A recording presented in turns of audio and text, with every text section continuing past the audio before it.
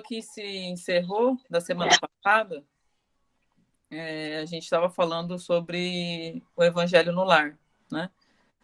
E, bom, a gente conseguiu colocar algumas coisas que a espiritualidade nos traz sobre a importância do Evangelho no Lar, né? Que eu achei bem bacana, passei para vocês. E esse modelo que a Isabel adotava na sua casa, né? Do Evangelho no Lar, que colocava as crianças para lerem, tudo, né? Que eu achei também bastante legal. E, assim, a gente sempre está atento, depois desse estudo desse capítulo, está atento com a importância, né, do Evangelho no Lar, não só para nós, como a importância para o plano espiritual mesmo, né? Que, na verdade, é feito aqui, né, entre nós encarnados, mas o plano espiritual participa ativamente. Nós vimos aqui que várias demonstrações disso, né? E o quanto é importante a disciplina do horário, o quanto é importante uma leitura edificante, né? Não importa se é o Evangelho segundo o Espiritismo ou qualquer palavra qualquer texto que traga as palavras de Jesus, né? Que eu acho que é bem importante a gente tá atento a isso, né? E sempre prestar atenção no plano espiritual, porque não é somente nós que estamos ouvindo, né? Estamos ali, mas a espiritualidade está ouvindo. Temos alunos, temos necessitados da palavra, temos muitas pessoas ali que necessitam e estão ouvindo aquelas palavras. E aqui ele falou, eu acho que eu não cheguei a falar sobre essa parte aqui, que ele fala que observou então um fenômeno curioso. Um amigo espiritual que reconhecia de nobilíssimas condições pelas vestes resplandecentes, colocou a destra sob a fronte da generosa viúva. Aquele é nosso irmão Fábio Aleto, que vai dar a interpretação espiritual do texto lido. Os que estiverem na mesma condição dele poderão ouvir-lhe os pensamentos, mas os que estiverem em zona mental inferior receberão os valores interpretativos, como acontece entre os encarnados. Isto é, teremos a luz espiritual do verbo de Fábio na tradução do verbo materializado de Isabel. Só um pouquinho. Estão me vendo direitinho? Sim, Ellen. Sim? Tá, que aqui apagou minha imagem, desculpa. Então, assim, ele mostra aqui também a participação, né, do irmão Fábio nessa interpretação, né, do Evangelho, que ela não é só interpretada por nós encarnados. Fábio coloca a mão sobre a fronte da Isabel e, através dos seus pensamentos, aqueles irmãos que estiverem na mesma sintonia que Fábio conseguirão interpretar o Evangelho, as palavras, na situação que eles estão, através do Fábio, né, com a evolução que Fábio tem, né, no caso, é esse espírito Fábio. E nós, encarnados, com a interpretação de Isabel, né? Então, essa ponte é muito importante, né? E trazendo para nós aqui, para o nosso trabalho, nós fazemos muito isso, só que é vice-versa, na palavra do plano espiritual, que nada mais é que o plano espiritual aproxima de nós para trazer a palavra, mas nós, encarnados, ainda precisamos dessa interpretação do outro encarnado, que também está no mesmo plano, na mesma sintonia, para transmitir essa mensagem, né? Essa mensagem. Porque senão, se nós não precisássemos disso, o plano espiritual se manifestaria através de qualquer outra coisa, né? Mas ele precisa do nosso plano, da nossa matéria para transmitir, da nossa fala para transmitir essas palavras, né? Isso acontece muito na nossa Câmara de Trabalho.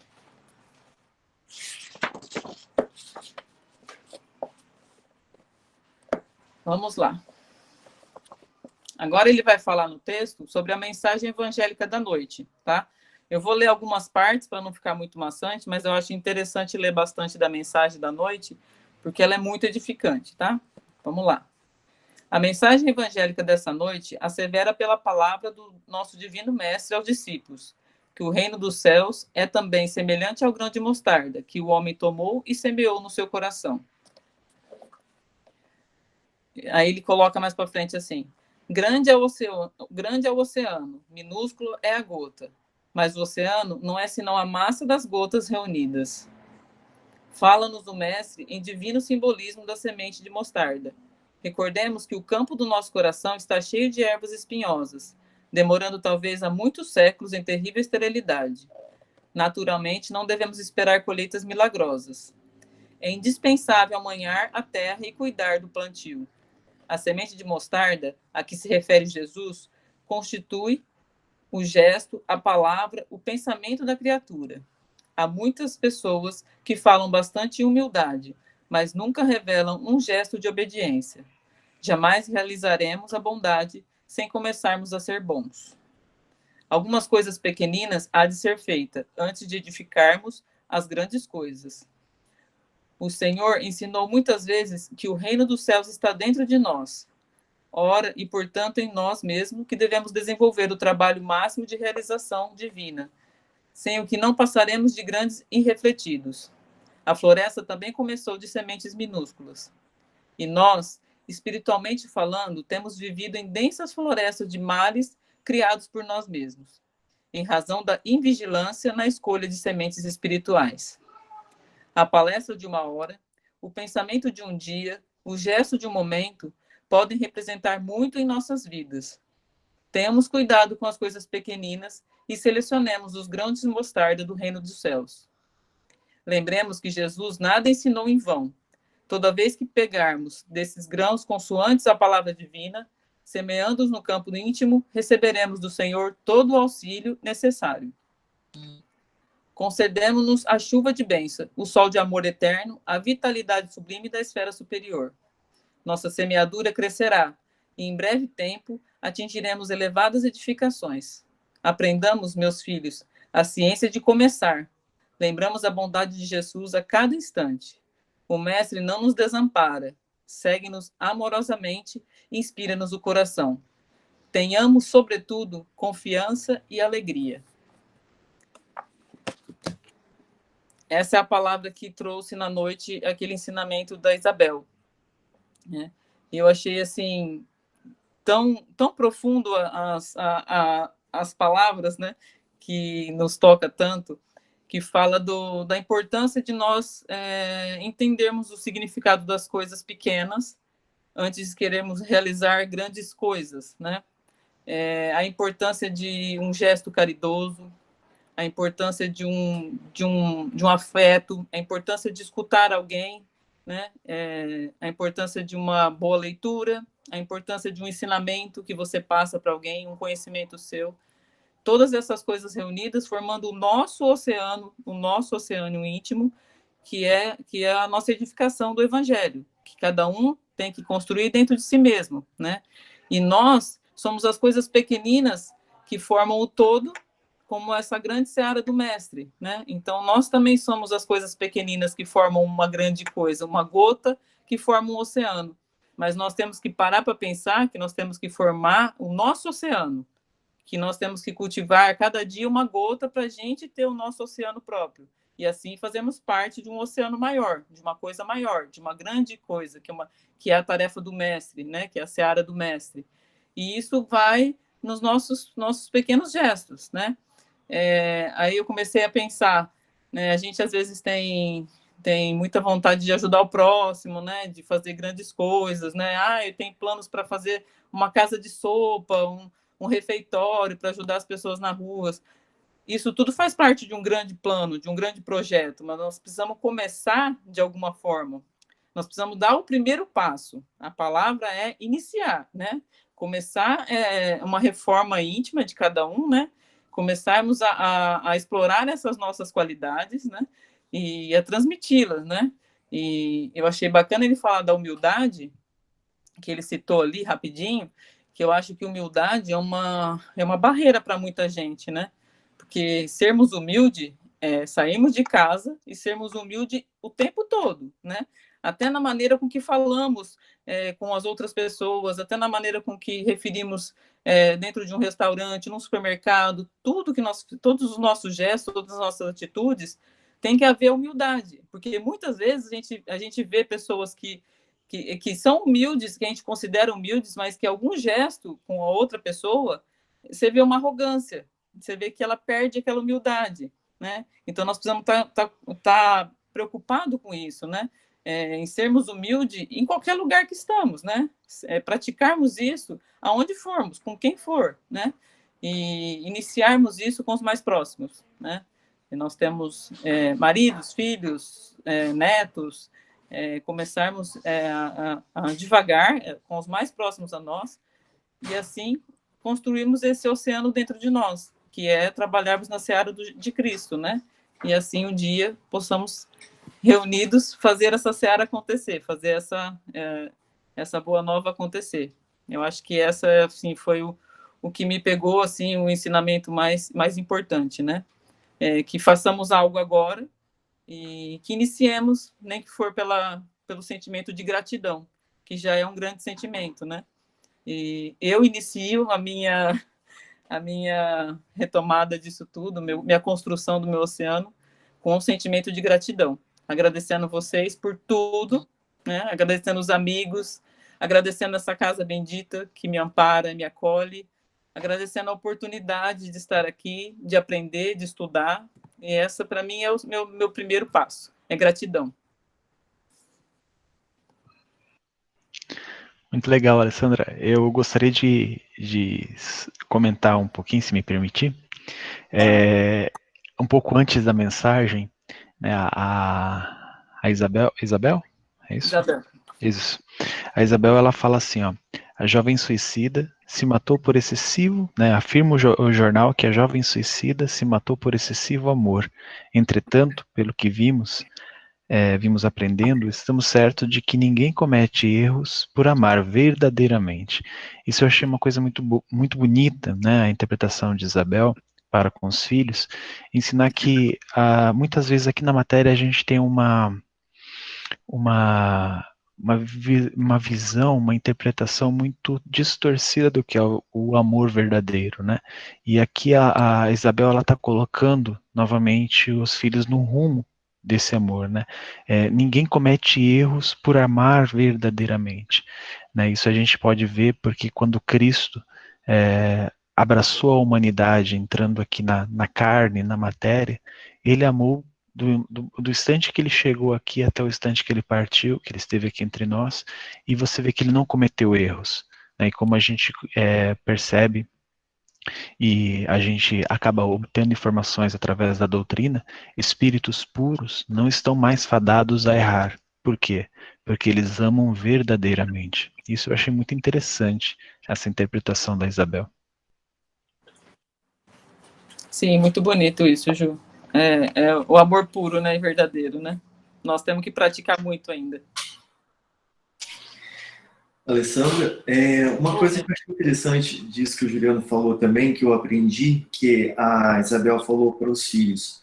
Não estamos examinando o ato, que foi o suicídio, mas o fato, uma análise do fato. Isso é não julgar, é um olhar muito sábio que eles estão desenvolvendo para as situações todas da vida, né?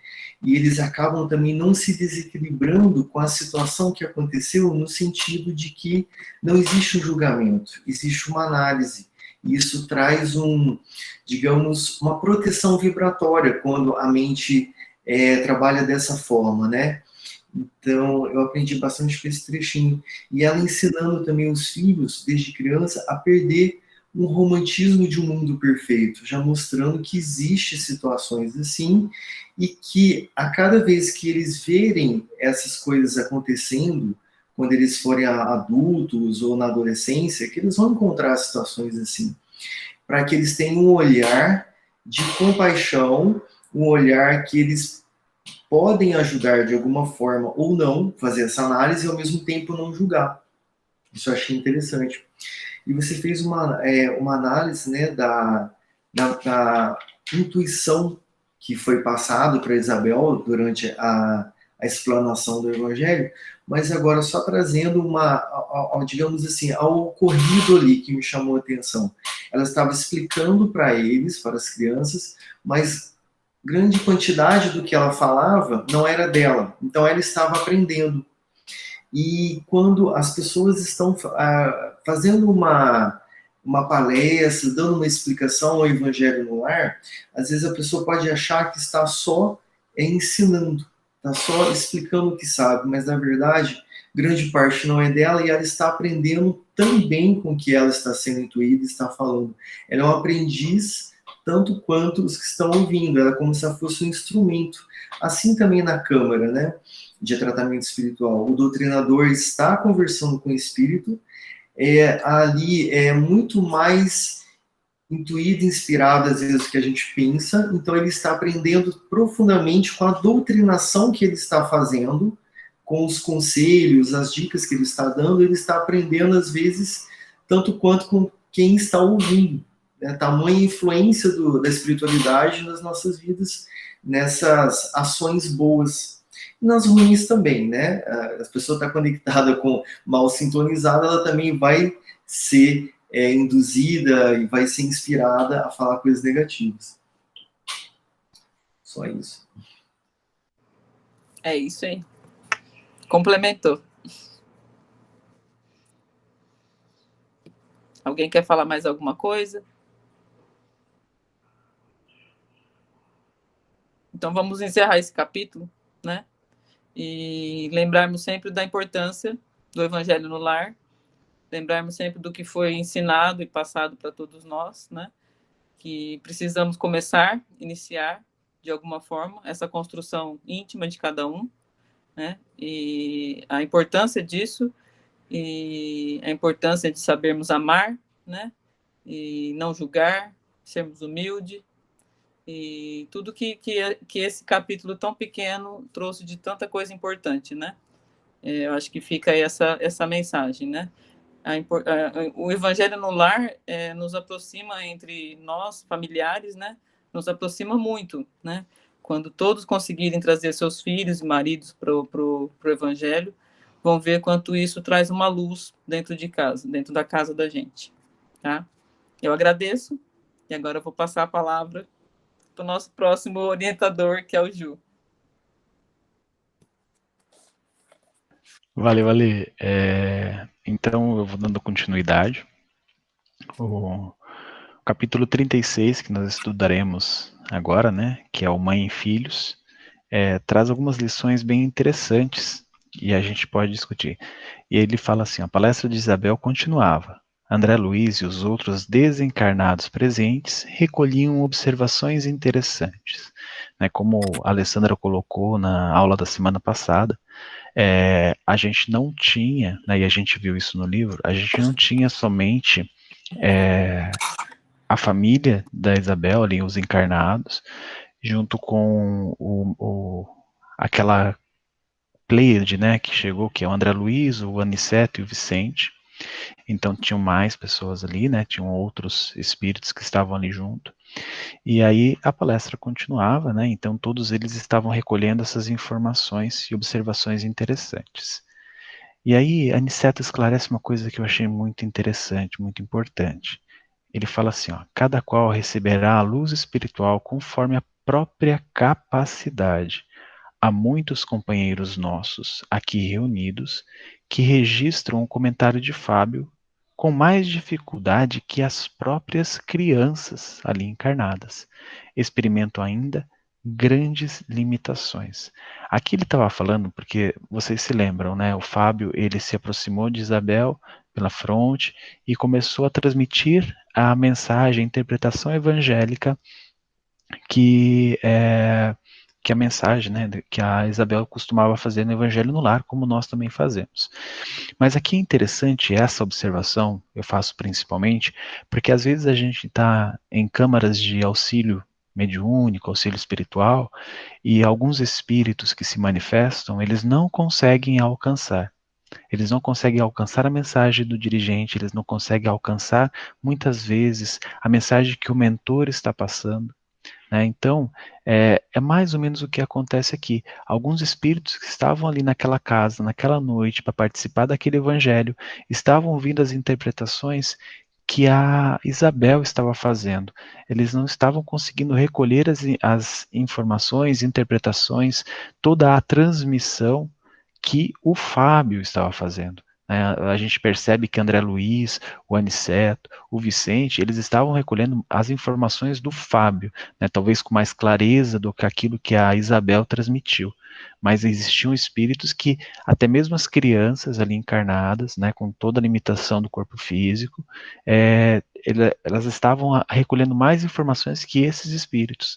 Isso eu achei uma coisa muito interessante e talvez muito útil para a gente nos trabalhos de assistência espiritual nas câmaras, né? E aí, Ô, Ju, pode falar, pode Rita. falar só, assim, bem no começo do capítulo, o André Luiz, ele fala assim, né, tal como no caso de Ismalha, quando lhe ouvíamos a sublime melodia, a interpretação de Fábio estava cheia de maravilhas espirituais que transcendiam a capacidade receptiva da Dona Isabel. Então, até a Dona Isabel, acredito, que ele não deixou claro que se era por questão de conhecimento, capacidade espiritual, ou se era por questão dela estar encarnada, né? Ele fala assim, a viúva de Isidoro parecia deter somente uma parte. Então, até a gente, quando está médium mesmo, eu acredito, tendo muitas capacidades espirituais, sendo um médium de grande evolução espiritual, ele estando encarnado, ele tem uma capacidade limitada, eu acredito, de receber, de deter a informação que vem dos planos mais altos, que eu acho que era o que acontecia também com a Isabel. Isso mesmo.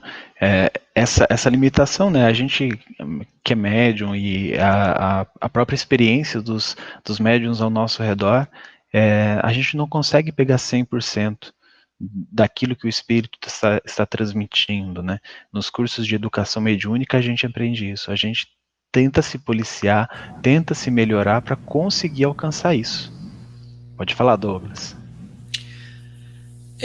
Tá me ocorrendo fazer uma colocação que eu acho que é mais para reflexão do que para... Não é uma certeza, mas eu acho que tem fundamento. Eu acho que a via de comunicação entre dois polos, quando há um intermediário, existe sempre uma perda. Isso na ciência da Terra a gente já reconhece esse processo, né? Quando a gente aprende sobre comunicação, a gente sempre aprende que quem recebe o último fragmento da mensagem original vai ter uma distorção absurda em relação a quando ela saiu. Então, olhando do seu ponto de vista de que um espírito de luz manifestando uma mensagem através de um médium, ainda que qualificado, como é o caso de Isabel, há uma pequena perda para quem interpreta ela no campo encarnado. Embora outros espíritos no plano espiritual possam receber, como o André e o Vicente estavam recebendo do Fábio. E agora eu fiz a seguinte ilação: imaginemos um dirigente numa câmara de desobsessão, quando você transmite uma orientação através do médium que perispiriticamente carrega a mensagem para o obsessor, né? Também deverá haver uma perda, não sei se significativa, mas certamente alguma perda haverá nesse laço comunicativo. O que vocês acham?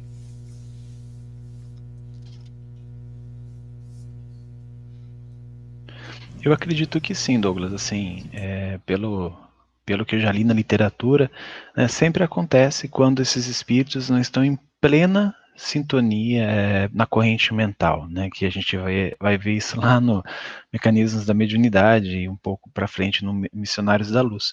Mas eu acredito que sim, né, porque essa plena sintonia, ela só acontece quando a corrente é a mesma, né, só acontece quando praticamente todo o aparelho só produz exatamente a mesma corrente. Então, como nenhum espírito aqui dos 20 e poucos bilhões, né, de espíritos encarnados e desencarnados presentes na Terra, nós não somos iguais um ao outro, cada um com sua experiência, cada um com suas ações e atitudes diferentes, então nossas correntes mentais são muito diferentes. Existem similaridades que permitem isso, a tua colocação de poder absorver.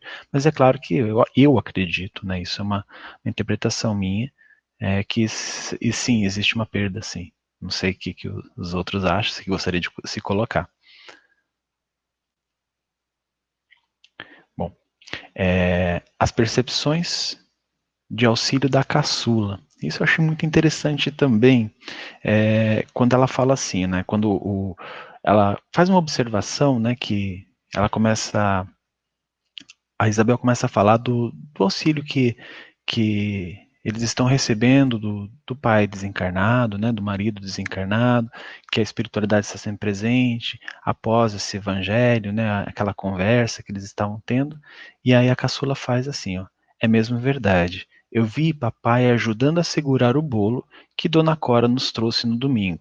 Lembrando aqui que elas estavam falando que o alimento, né, elas estavam se alimentando, a família, uma vez por dia, enquanto em outros lugares estavam tendo 2 refeições, né, dos amigos dela. E aí a Isabela fala assim, ó, também vi, Noemi, disse Dona Isabel, de olhos vivamente brilhantes. Papai continua auxiliando-nos. Eu achei interessante colocar isso, pontuar isso, porque a gente precisa entender que as pessoas que estão preparadas e que nos amam sempre vão estar próximos a nós, mesmo após o desencarne, porque a gente sabe que esse afastamento ele é temporário.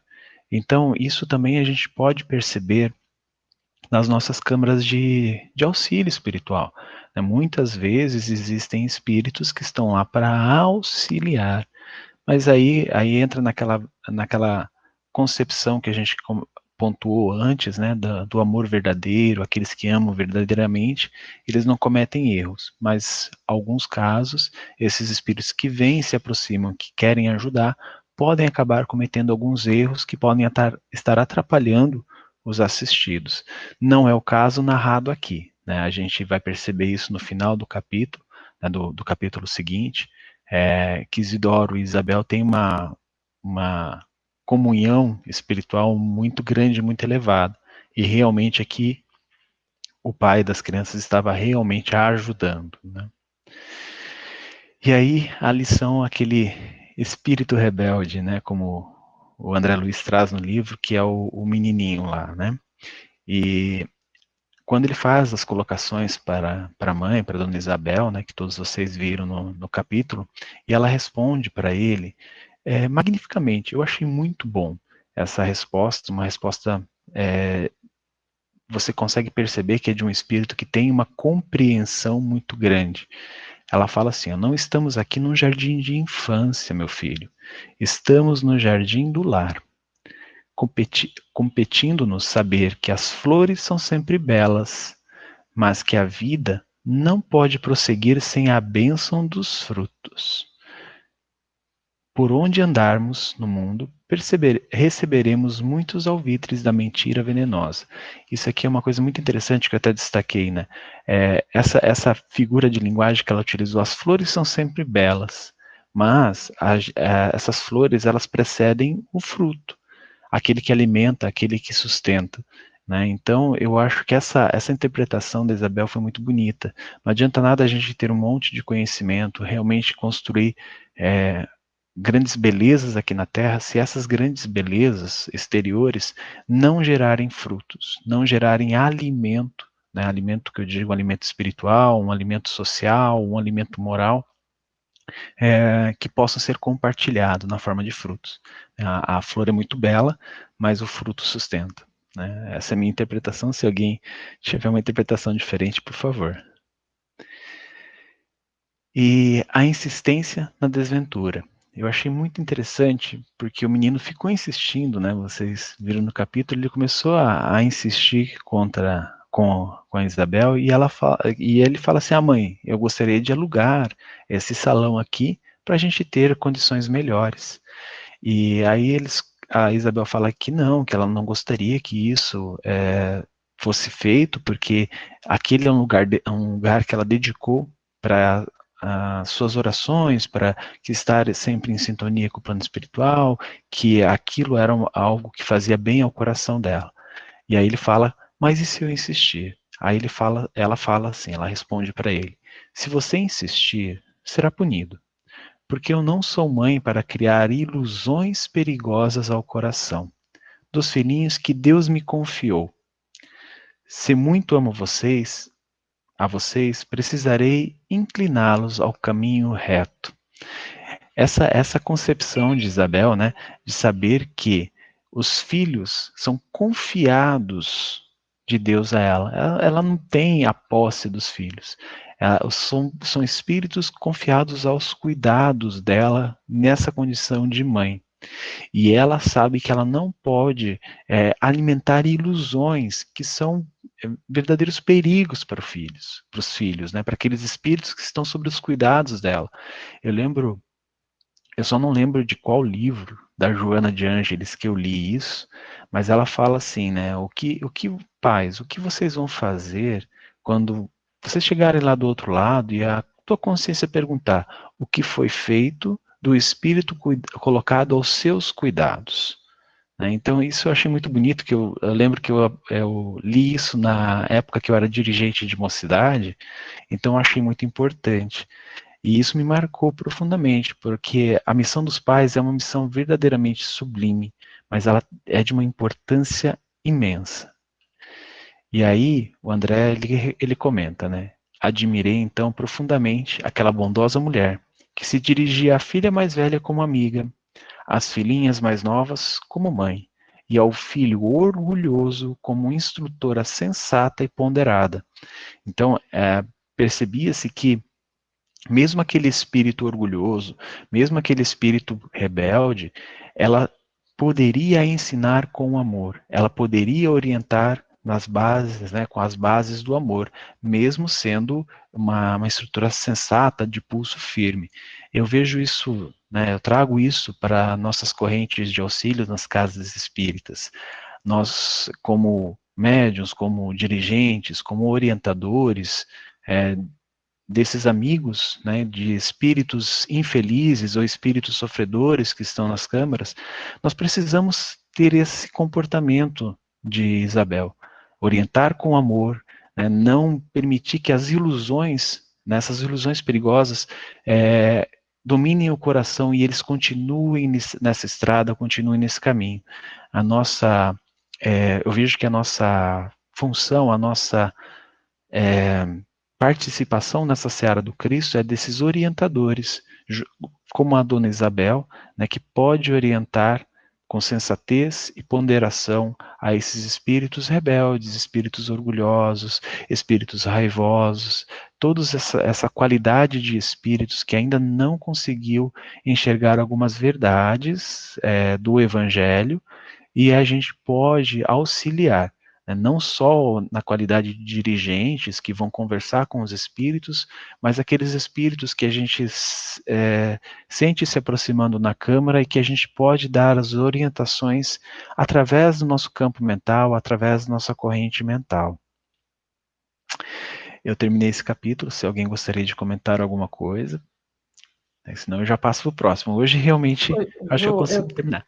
Pode falar, Não, Rita. eu vou fazer um breve comentário aí desse finalzinho que você Por falou da favor. Isabel, que eu acho assim, quando eu li isso daí, que me chamou a atenção, é que assim, quando realmente você consegue introduzir o ensinamento do Evangelho no seu coração, você consegue ter essa harmonia, esse equilíbrio necessário que ela tem, que ela demonstrou para ensinar sem agredir, né?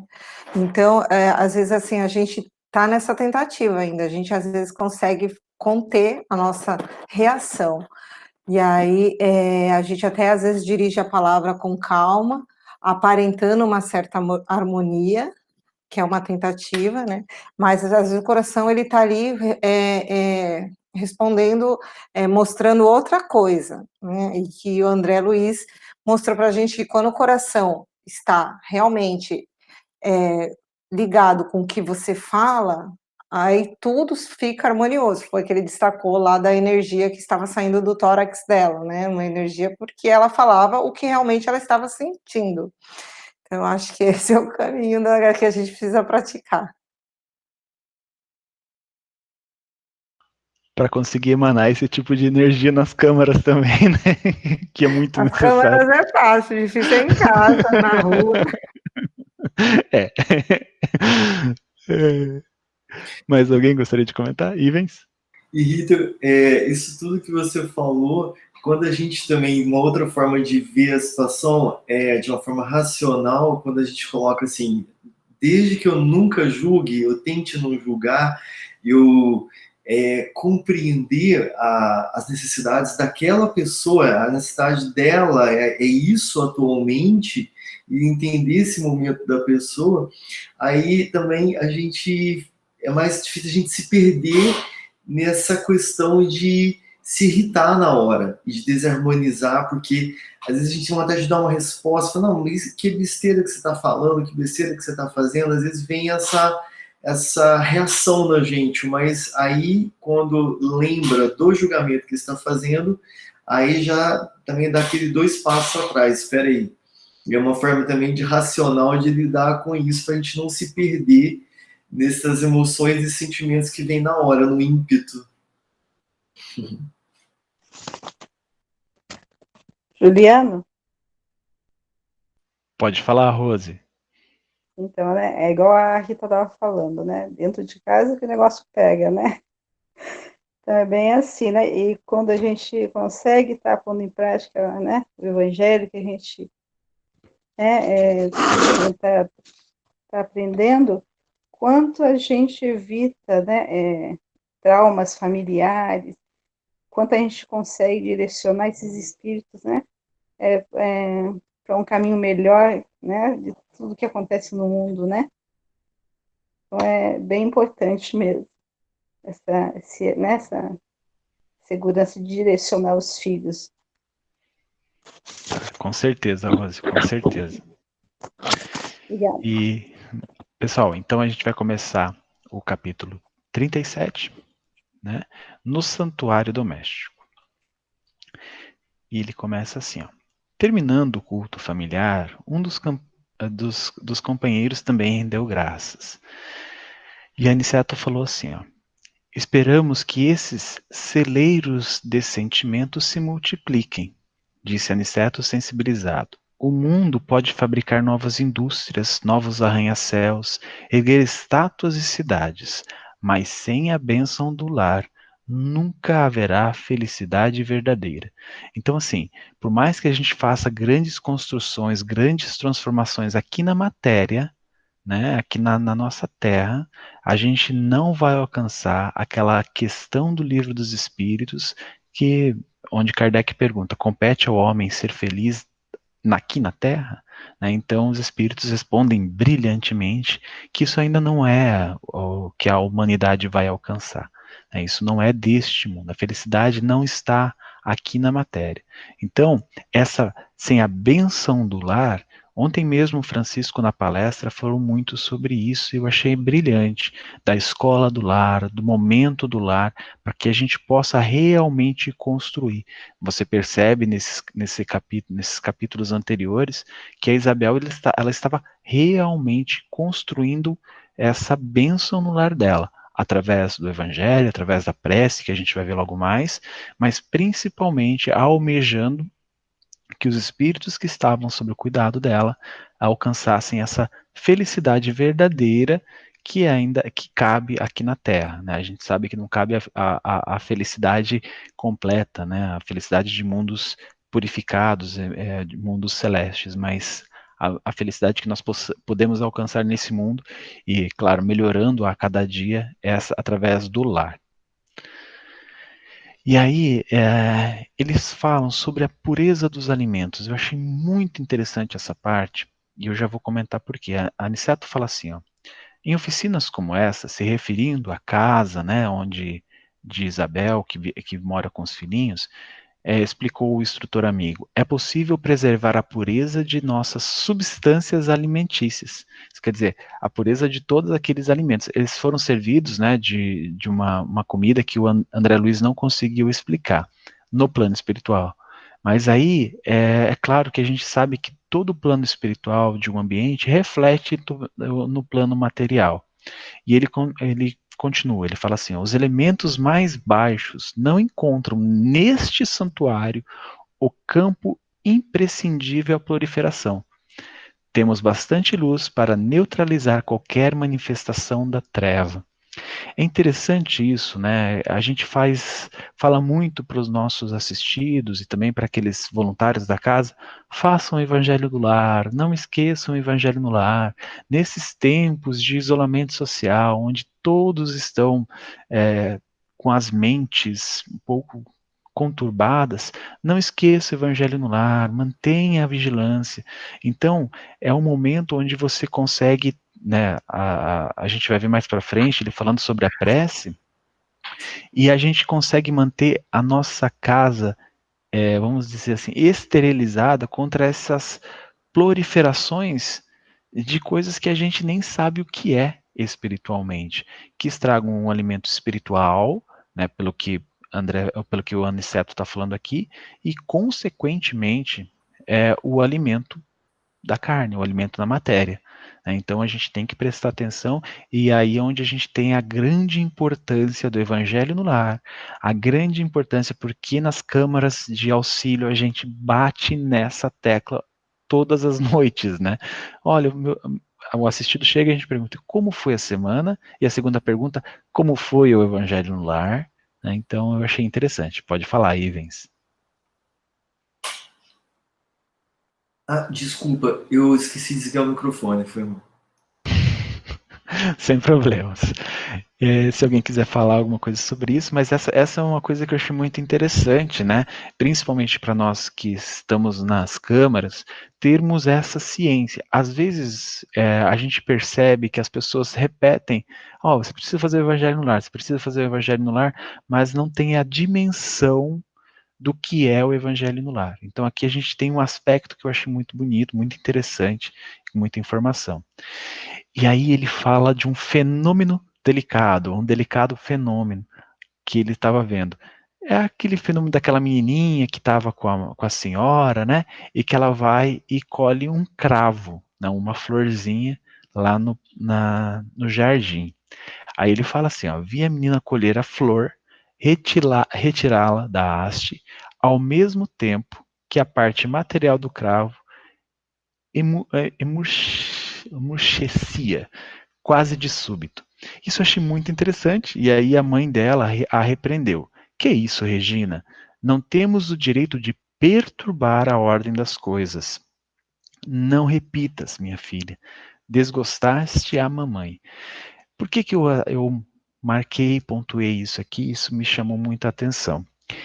Nas câmaras de auxílio, normalmente, os médiuns, eles acabam desdobrando, eles acabam sendo levados ao lar das pessoas, à casa dos assistidos. E lá, claro, nós estamos com a espiritualidade, né, com os nossos amigos benfeitores, e normalmente a gente é certinho, né, a gente faz o que eles pedem. Mas a gente sabe que existem aqueles curiosos, né, os espíritos que estão, os médios que estão começando, e a importância disso, tudo que você faz no campo espiritual da casa, no ambiente espiritual, isso se reflete na matéria. Então, o cuidado que nós, médiuns, trabalhadores, voluntários de câmara, precisamos ter quando estivermos indo no lar de algum assistido, quando estivermos sendo conduzidos pela espiritualidade a alguma incursão em algum lugar. Por quê? Porque o que a gente fizer no plano espiritual, no plano psíquico daquele ambiente, vai refletir no plano físico. Então, muito cuidado. Por isso que eu estou pontuando isso, tá? Se alguém tiver alguma coisa a comentar, né? E as interações no sono físico. Eu achei bastante interessante essa colocação do Aniceto também. Ele fala assim, ó, essas ocorrências, né, que são visitas e encontros, né, que Aniceto estava se referindo àquela senhora que cuja filha retirou aquele cravo, que ela estaria lá para receber o esposo que ainda estava encarnado, e ele viria ali naquele santuário, naquela oficina de nosso lar, para conversar com ela, para eles terem aquele encontro. Então, estas ocorrências, aquele encontro, né, as visitas, os encontros, no Círculo da Crosta, dão-se aos milhares, todas as noites, com a maioria de irmãos encarnados. O sono apenas reflete as perturbações fisiológicas ou sentimentais a que se entregam. Então, se nós temos essas perturbações e levamos ela até a gente ir dormir, até o colchão, até o travesseiro, é óbvio que nós vamos estar ligados ainda nessas perturbações, porque elas vão refletir, o sono físico vai refletir isso. Entretanto, existe grande número de pessoas que, com mais ou menos precisão, estão aptas a desenvolver este intercâmbio espiritual, né?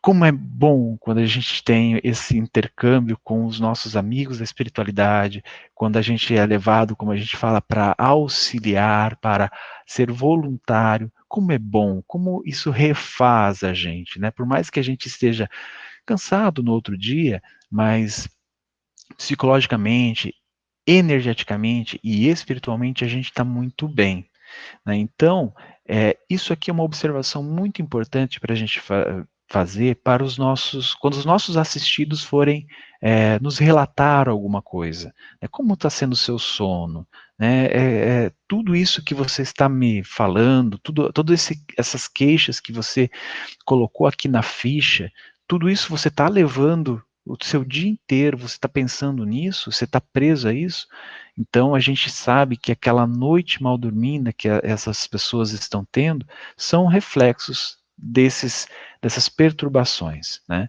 E é óbvio que a gente espera sim que essa pessoa se prepare para que ela possa ter bons intercâmbios, né? Possa visitar realmente um lugar onde ela possa ser instruída, onde tenham pessoas que a amam, né, no plano espiritual, que possam falar, olha, a gente vem aqui para te ajudar, olha, vamos tratar dessa forma aquela situação complicada que você está vivendo, né? Dar uns conselhos, conversar, né? Muitas vezes pegar no colo, fazer um carinho porque precisa, né? Muitas vezes isso acontece. Então é interessante esse intercâmbio e essas interações do sono físico. Precisamos lembrar disso durante as assistências nas correntes e nos atendimentos fraternos. E uma coisa que me chamou a atenção foi o comentário, né, do Vicente sobre a facilidade da movimentação deles. Ele vai falar lá sobre a quantidade de atmosfera que tem sobre o corpo, né? Enfim, eu não sou um excelente estudioso de física, eu gosto, mas não a esse nível.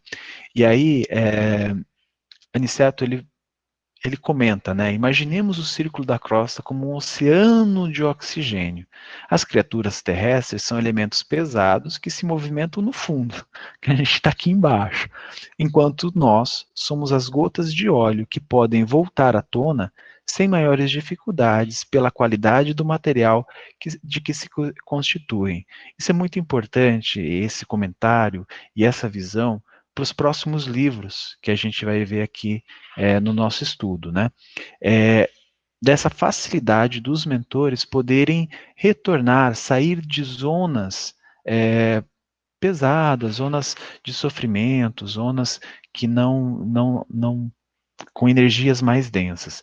Isso aqui também serve para ilustrar que não só os espíritos na matéria, não só nós que estamos encarnados, né? A gente vai ver um pouquinho mais adiante, aqueles espíritos que estão muito ligados à matéria ainda são muito brutos e eles têm a mesma dificuldade para alcançar outros planos. A gente, pelo estudo na doutrina, a gente sabe que espíritos com baixo teor não conseguem alcançar esferas mais elevadas, né? Justamente por causa dessas leis da própria física, né? E também, claro, as leis da própria física do plano espiritual. E aí eles estão lá no jardim e André Luiz faz uma menção de que ele percebe que vai começar a chover, né, que a precipitação vai começar, né, e aí ele vê que algumas formas sombrias, né, que estão na rua, que ele já tinha comentado antes, quando eles estavam chegando nessa oficina, né, nessa casa, que ele já tinha percebido. E essas formas sombrias começaram a se agitar. É interessante isso, né? Aí ele fala assim, ó, reparei com espanto que muitas tomavam a nossa direção, iam em direção deles, iam em direção à casa deles, para depois de alguns passos recuarem amedrontadas. Provocavam assombro. Muitas pareciam verdadeiros animais perambulando na via pública. isso é uma coisa que é bem interessante, e eu não sei se não lembro se eu coloquei aqui, mas Aniceto, ele fala, né, que esses espíritos, eles sentem os incômodos como se eles estivessem no corpo físico ainda, de tão denso que eles são. Então eles sentem o incômodo de uma tempestade, da chuva, dos ventos, né? Então eles procuram abrigos. E alguns procuram abrigos nos lugares que eles mais são bem-vindos, né, ou que tem mais afinidade. Depois o Aniceto vai falar sobre casas noturnas ou coisas desse tipo. E é claro, eles tentaram ir de encontro à casa de Isabel, mas a gente vai ver o que vai acontecer. Então, isso é uma coisa muito interessante. E é claro que eu tive que pontuar, né, essa característica deles, né? Muitas pareciam verdadeiros animais, né? Então, aqui, eu acho que André Luiz tá como no nosso lar, mediu muitas palavras, usou muito bem as palavras, mensageiros também, né, principalmente as pessoas que estão começando na doutrina. Lá no Libertação, ele já vai falar de uma outra forma, não uma forma agressiva, nunca numa forma ofensiva, mas ele já vai descrever melhor essas formas que a gente acaba encontrando nas correntes de auxílio, espíritos que têm essas formas animalescas, né, que têm formas que muitas vezes não são mais humanas, né? Você, como médium, você percebe que é um ser humano, que é um espírito individual amado por Deus, mas que já tem uma formação do perispírito diferente, né? Criado de uma outra forma que a gente vai entender lá no Libertação. E ele fala assim, né? O Aniceto continua e fala assim: encontram-se ainda colados às expressões mais baixas da experiência terrestres, e os aguaceiros incomodam tanto quanto o homem comum, distante do lar. E aí ele fala da prece. Por que que esses espíritos chegam lá e se afastam, né? Por que que eles saem? Ele fala assim, observem como se inclinam para cá, fugindo e em seguida espantados e inquietos.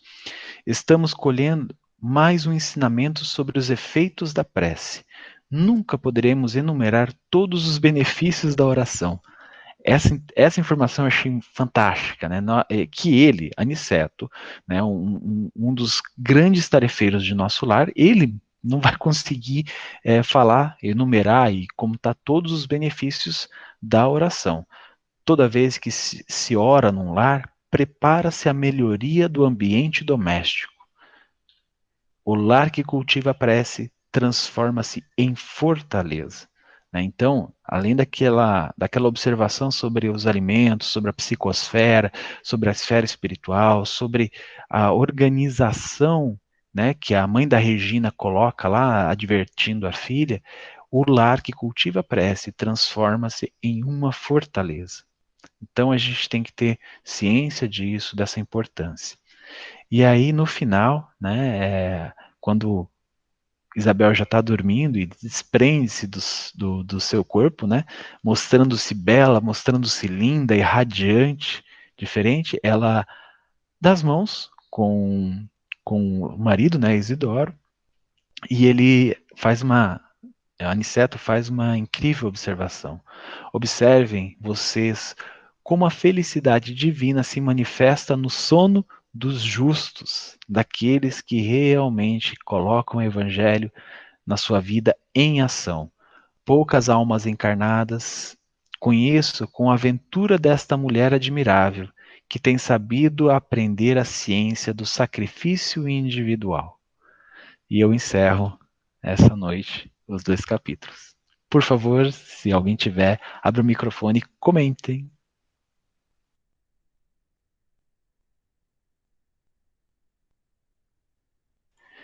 Ninguém, todos tímidos. Que isso, gente? Pode falar aí, vem. Um trechinho um pouquinho mais interessante, que antes dela sair com o fora, ela falou para uma amiga serena que estava no lar dela, né? E disse que meu marido e eu Tá muito baixo, gente. E vem. Tá esquisito. Tá. Vou falar mais alto. Ela disse, a Isabel, meu marido e eu tem uma expressão positiva para essa noite. Deixa as nossas crianças para o futuro. Desde já, agradeço a cuidar com carinho. Eu acho que é o sinal da internet que tá ruim. Tá bem ruim. Não dá para entender o que o Ivens fala. Falando grego. Estamos na mesma internet, então se vocês estão me ouvindo, a internet tá boa. Não, eu digo, tem a impressão que é um sinal fraco, né? Porque tá entrecortado. Eu achei que eu acho que é o sinal. Agora ficou bom. Melhorou? Eu acho que é o sinal porque a imagem de vocês congelou e começou a chiar um pouco também. Então deu interferência. É um trecho um pouquinho antes do que você falou agora, quando a Isabel foi pedir para uma amiga dela, do plano espiritual, que estava na casa dela, e disse o seguinte: meu marido e eu temos uma excursão instrutiva para esta noite. Deixo-lhes as nossas crianças por algumas horas, e desde já lhes agradeço o cuidado e o carinho. Ela falou: vai, minha filha. Respondeu uma senhora idosa: aproveite o repouso corporal, deixe os meninos conosco, vá tranquila. É como se ela pedisse para uma vizinha dela, que encarnada, para cuidar dos filhos dela, e estava em boas mãos. Olha a importância que é a gente estar bem sintonizado, né? Então, ela pôde tranquila, ela tinha uma confiança ali que a espiritualidade interferiu pela segurança dos filhos. E aí, tem como ser feito isso. Isso alimenta mais ainda a nossa fé, o nosso estímulo para a gente melhorar as vibrações.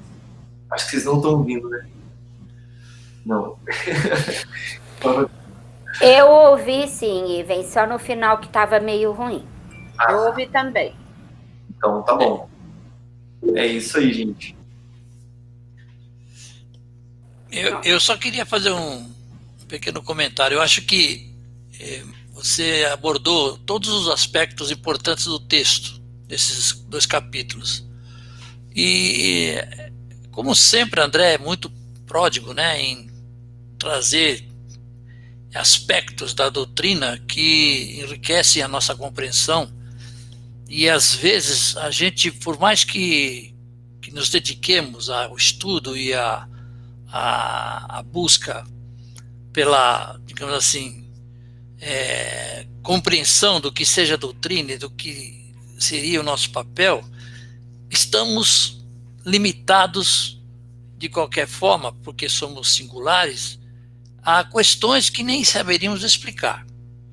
Então, quando foi dito das dificuldades que há na comunicação e como tudo tem a ver com a nossa...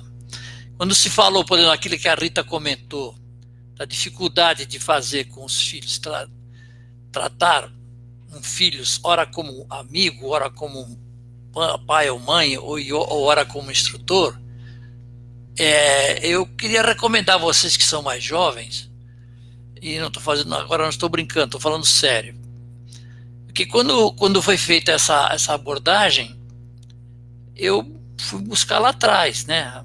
No tempo que meus filhos eram essencialmente dependentes das minhas orientações, da minha e da mãe deles, né?